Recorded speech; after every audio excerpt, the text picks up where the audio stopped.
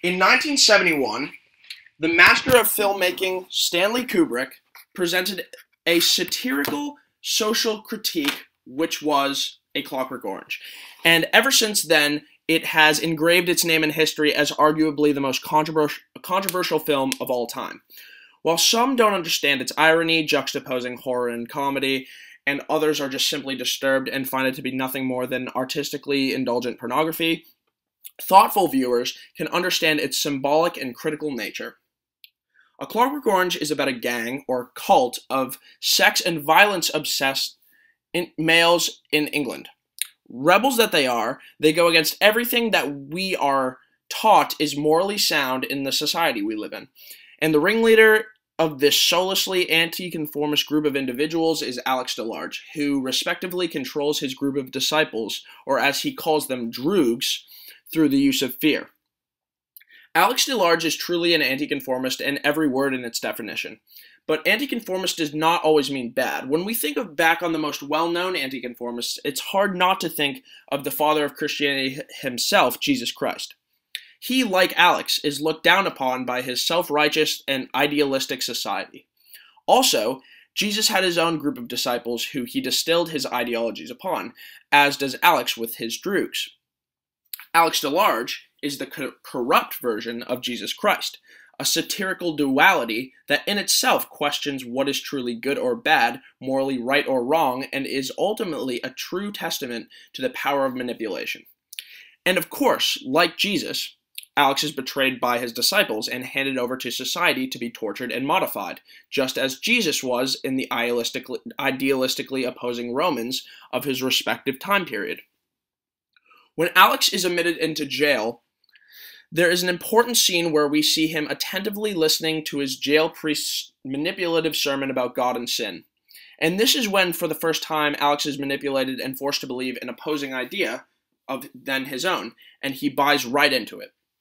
There is another scene soon after where Alex reads about the crucifixion of Jesus Christ when the Romans tried to distill their beliefs in him. Alex has a flashback and envisions himself as one of the Romans whipping Jesus.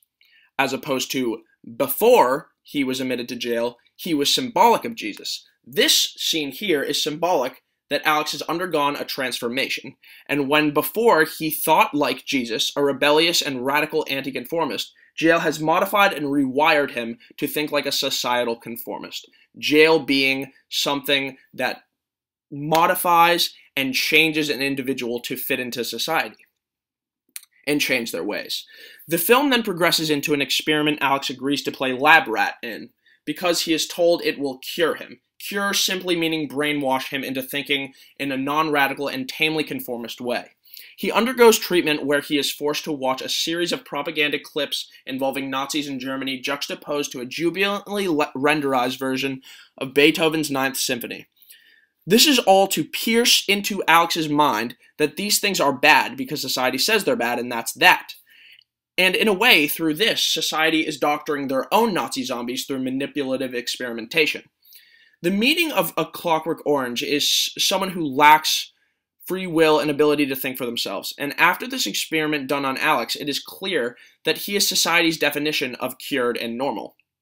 Essentially, what A Clockwork Orange implores you to conceptualize is that any societal hierarchy does not promote or tolerate off-the-wall thinking of anything that could possibly jeopardize their power or contradict their ideology. And through their manipulation tactics, and these parallels of society to Nazi Germany and Rome during the birth of Christianity, we can infer that the thesis of A Clockwork Orange is that no matter what your moral compass is, it is only because you are brainwashed by the society that you live in and by your environment, that is inevitable. And if you try to create your own ideology, you will be punished and looked down upon and exiled from the common group. Its thesis is to suggest that if you answer to a higher power's ideology, that you are a Clockwork Orange.